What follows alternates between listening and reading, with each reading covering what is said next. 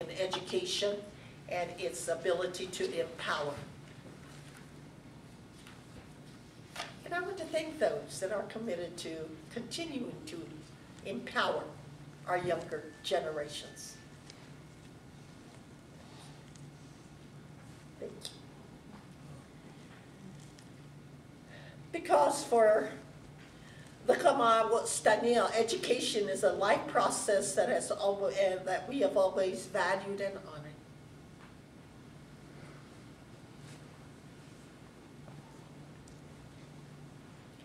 And it disheartens me to think sometimes that we are that invisible minority that oftentimes, too many times, excluded. From the pages of history books, from the makeup of society, from communities, from schools and universities.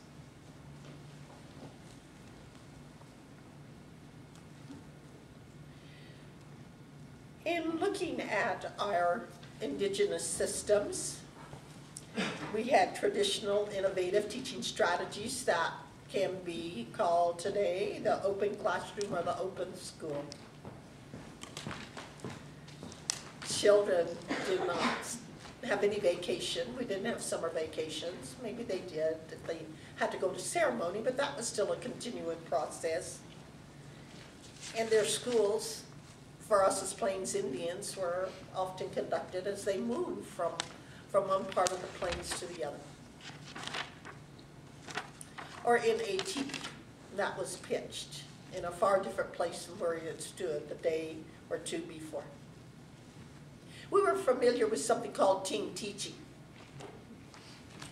because not everyone knew how to make a perfect arrow. Not everyone knew how to tan soft and white buckskin. Not everyone knew how to make a teepee and understand the concepts of geometry.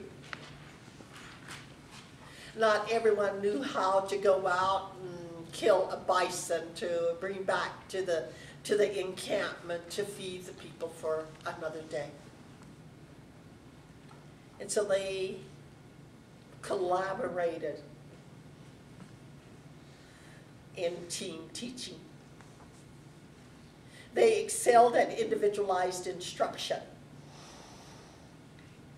one-on-one.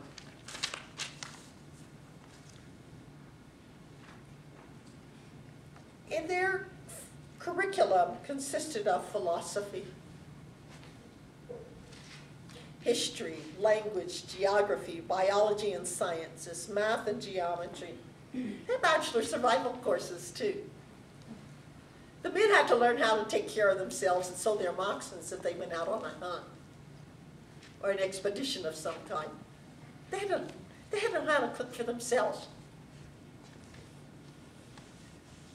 And of course, there's always home economics.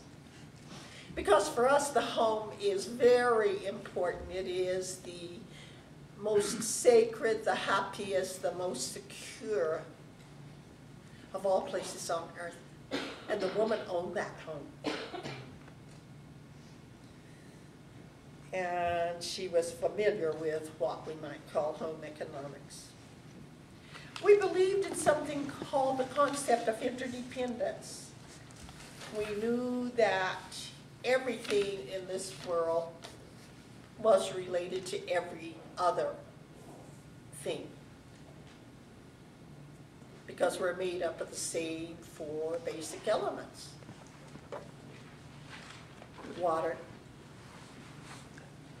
We're about, what, 72% water? My gosh, we're more water. You're more water. You're more water than I am. As an older person, as an elder, I understand that my water content has probably dropped to about 65%. Literally trying that. Yeah. So Gail tries very hard to keep me hydrated. Yeah, but you're 72% water. And by virtue of the fact that you're water, you're related to that. That falls from the skies, that stands in the oceans, that flows in underground aquifers, rivers, streams, that comes in different forms like ice or fog or mist. Water. And you're water. Doesn't that make for some kind of relationship and kinship? And the same goes for earth. You know, you're earth. Just like we're earthenware. You are too. And what about air? Oh my goodness. We couldn't live without air. Not for very long. What, maybe 5 minutes? Probably me 2 minutes. I don't know. Not very long. But I don't want you to go and test how long you can do that by jumping in a swimming pool. Oh, please give yourself time to come home. But air. Air is vital to life.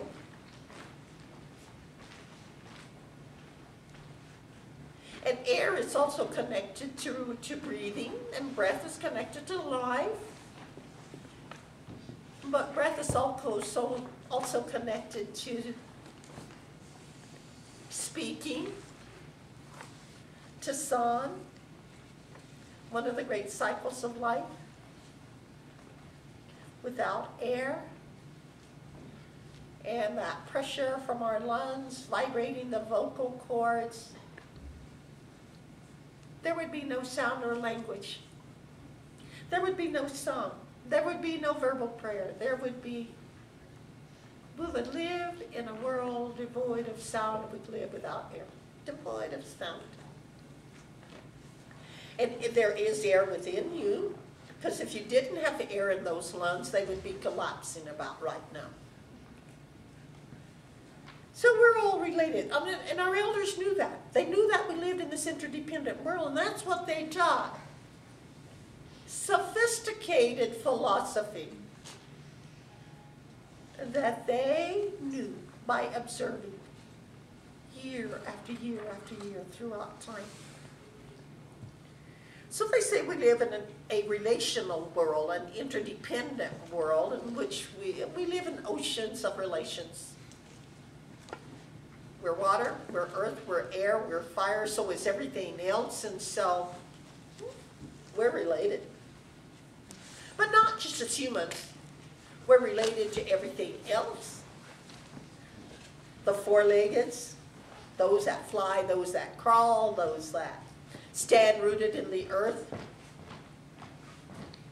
There are relations. And isn't it very important if we're in this concept of relations? Related to them, that we take care of life, that we become better stewards of this land. We don't have any other place to live. Planet Earth is our only home.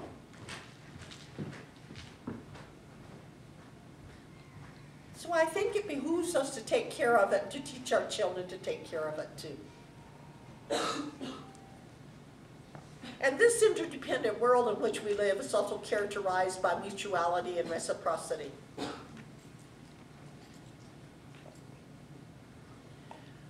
So we had our pre-contact kind of education, and then came something called compulsory education in a non-Indian sense, because sweet medicine had also told us that one day in the future we would meet a light-skinned, fair-haired people toward the sunrise where the big rivers flow. The big river is the Mississippi River, and that we would meet them there, and they would change our world. And we met them as Cheyenne people about the year of 1680 for the first time. And there was something like manifest destiny or cultural imperialism, or we had to settle this land from the Atlantic to the Pacific. It had to be settled. And the tragic part is, in that whole manifestation of destiny, there was no attention paid to those that had lived there in the interior of the continent, or even on the edges of the continent, because those that came to live with us believed they had a divine right, that this land was given to them by their God, and they were to inhabit it. When we were mentioned as obstacles to progress. And we lived with the land, and so how was this land going to be transferred? Initially, it was done through treaties.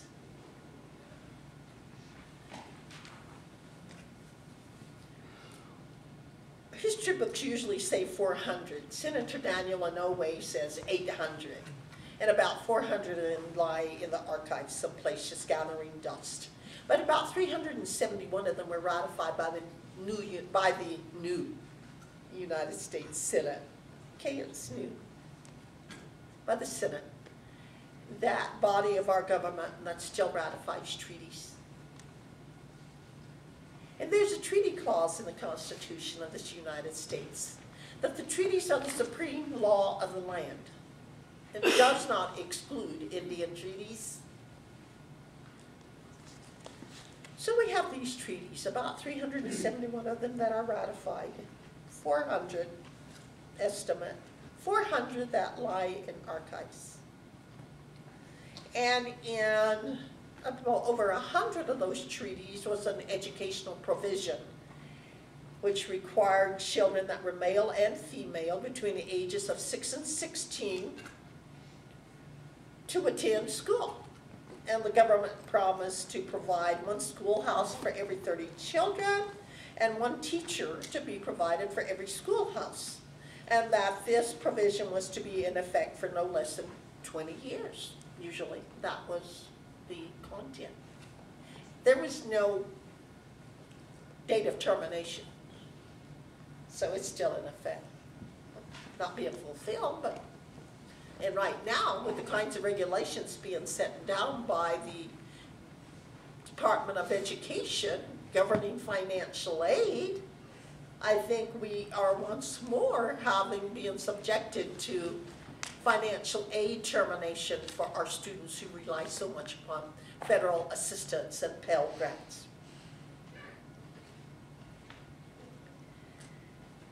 And when this happened and we were told that we were to send our children to these schools, this was really the fulfillment of one of the points of the farewell prophecy that Sweet Medicine had told the Cheyennes in the far distant past. That these people that came to live with us would ask for our children, and we had to say no. We were supposed to say no. And we were supposed to say no because those that they took to educate would not have a very strong cultural sense of identity. They would not know who they were. They would not learn their histories. They would not know their languages. They would not know what it is to be the children of the indigenous peoples of this land. And it is that fact, to me, that makes Indian education for all in the state of Montana so unique and so important. That this state is in the forefront of Indian education by that piece of legislation. And the reason that we are gathered here today. Indian education for all. Not just for Indian children, but for the non-Indian children that we too have a responsibility to teach. That we worry about living together as good neighbors. Respecting each other's ways of life.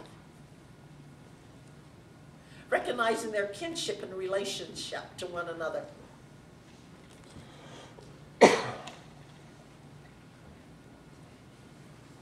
But Sweet Medicine said we were to avoid contact with these people that we would call which has two meanings in the Cheyenne language, spider and the Anglo people. We were to avoid him because they would bring us misfortune and hardship. They would bring diseases, illness, loss, and grief. And we know that there was a depopulation that occurred from point of contact to when the first federal, we were included in the first federal census. Sorry, you have to leave. I think in the adjusted population figures of Russell Thornton, he estimates that there were 5.65 million indigenous peoples here in the contiguous 48 states at time of contact, 1492. By 1890, the first time that we were all included in the federal census. Some have been included in the census before, but it had excluded reservations. Our population was down to 250,000. Look at that population decrease.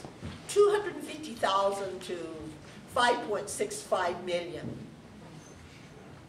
And by the way, you can look at some of these statistics through in the book written by my nephew, Dr. Walter Fleming, An Idiot's Guide to Native American History. I reviewed that, by the way. I have my little statement on the cover of this book. It's my claim to fame. Thank you. So it's a good resource. And so we talked about these diseases that would come to us. Well, some of the diseases carried by those that came to live with us we had never encountered before. Even there were simple childhood diseases. Measles, smallpox, whooping cough, devastated us by the thousands. Obviously by the millions. We were devastated by, natural death, military conflict and that, but diseases. And I am sad whenever I stop and look and think about our contemporary condition today as Jioanna was studying. We have to worry so much about the new kinds of diseases, particularly diabetes and heart problems. And the mental health that unfortunately has resulted in too many suicides among our young people. I think it's sweet medicine's prophecy. And of course, he talked about the loss of land that we would encounter and the kind of cultural contamination and disorientation that has occurred, brought about by government, church, and educational systems working together, with education used as a tool of assimilation or indoctrination.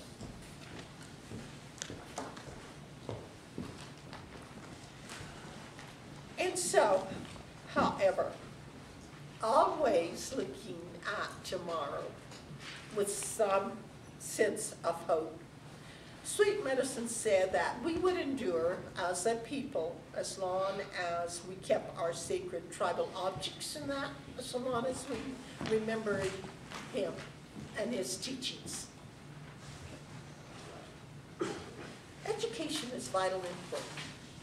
Teaching our teachings, our own tribal teachings. And sweet medicine exerted a very positive power upon the people with his power to see into the future.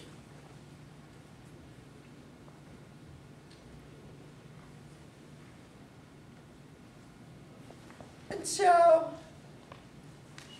Euro-Americans imported their own form of education, made it parts of treaties, so we had to listen. And they instituted such things as English-only boarding schools, on reservations, off reservations that instituted the outing system, which was a way of immersing Indian students in a family setting with individuals who were committed to the white Protestant work ethic, WASPs. And in these schools, those that worked there subscribed to the idea that if you want to change a people, brought about by the founder of off-reservation boarding schools, Richard Henry Pratt, if you want to change a people, you begin with their children. And they did. Which is why today, when we talk about saving our language and revitalizing them and maintaining them, we're beginning with our children too. And that's where it's going to really help. And we teach our languages at the Tribal College to our students, but we really need to be more cognizant of teaching our little children, to begin with them. And so the first 300 years of Indian education have been called the Great Experiment. It doesn't really feel good to be a part of that great experiment and to be the ones being experimented upon. So I think we've stopped that. And it was called to the nation's attention by something called the Merriam Report, which was named after the, I guess, principal investigator, as we would call him, Lewis Merriam, in his book, The Problem of Indian Administration. And it was followed by the 1969, the Merriam Report was in 1928, but in 1969 we had the Kennedy Report on Indian Education, a national tragedy, a national challenge. Virtually the same kind of findings, virtually the same kinds of recommendations. And what the Kennedy Report, however, resulted in some action, and it brought about what we might call self-determination in education and for operating our programs. Self-determination. And this, I guess, the sense of self-determination really ushered in the Tribal College movement, which we began in 1968 with the establishment of the Navajo Community College called Dene College today. And today there are, if one looks at the statistics for the American Indian Higher Education Consortium, there are 33 regular members, tribal colleges and universities, 4 associate members, and 2 of them are the College of the Muskogee Nation and the College of the Comanche Nation in Oklahoma, and 1 international member college. About 38. Big job ahead of them. And we're very fortunate in the state of Montana to have a tribal college and university on each of the 7 reservations. Wonderful again. I mean, when we talk about Indian education for all, then I could go clear back and talk about the Constitution, the new Constitution of the state of Montana when I first moved here in 1972, and the Indian Studies law then. I've seen a great deal of change here in this state. I lived here for some 37 years before venturing away. And tribal colleges and universities doing good work.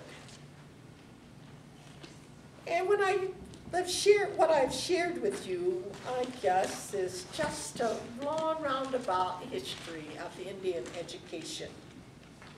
But it's also the story of wonderful institutions like tribal colleges and universities. It's really a story of tenacity and commitment to higher education by those 38, let's say 40 nations in the country. That's not very many. If there are about 562 or so nations, First Nations in this country, and only about 40 of them have tribal colleges. But it's our way of demonstrating our sovereign rights and see it to the higher education of our students or tribal citizens. And it is a way to honor and to maintain the traditional knowledge of our grandparents.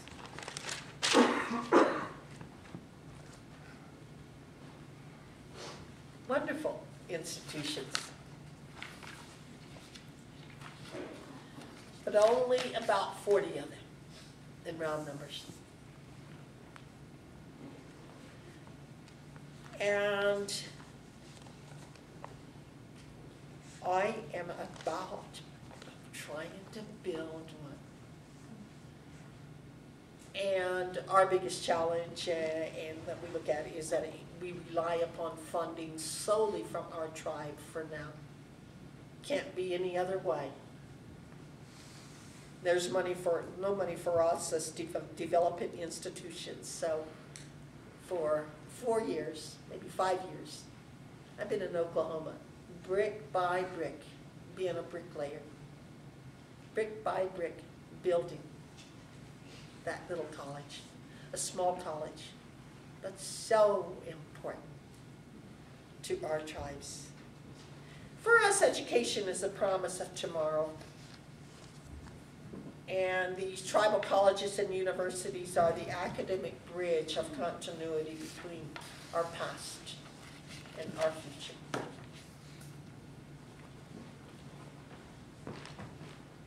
To bring my presentation to a close, I would like to say that the story I have told you, I think, is one of tenacity, one of tragedy, one of assimilation, one of hope.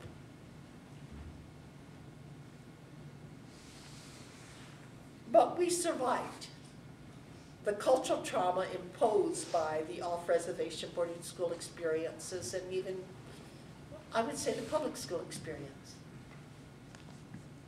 And we are tenaciously holding on to our languages, some of which are being revived by immersion schools, pattern on those immersion schools in Hawaii and New Zealand.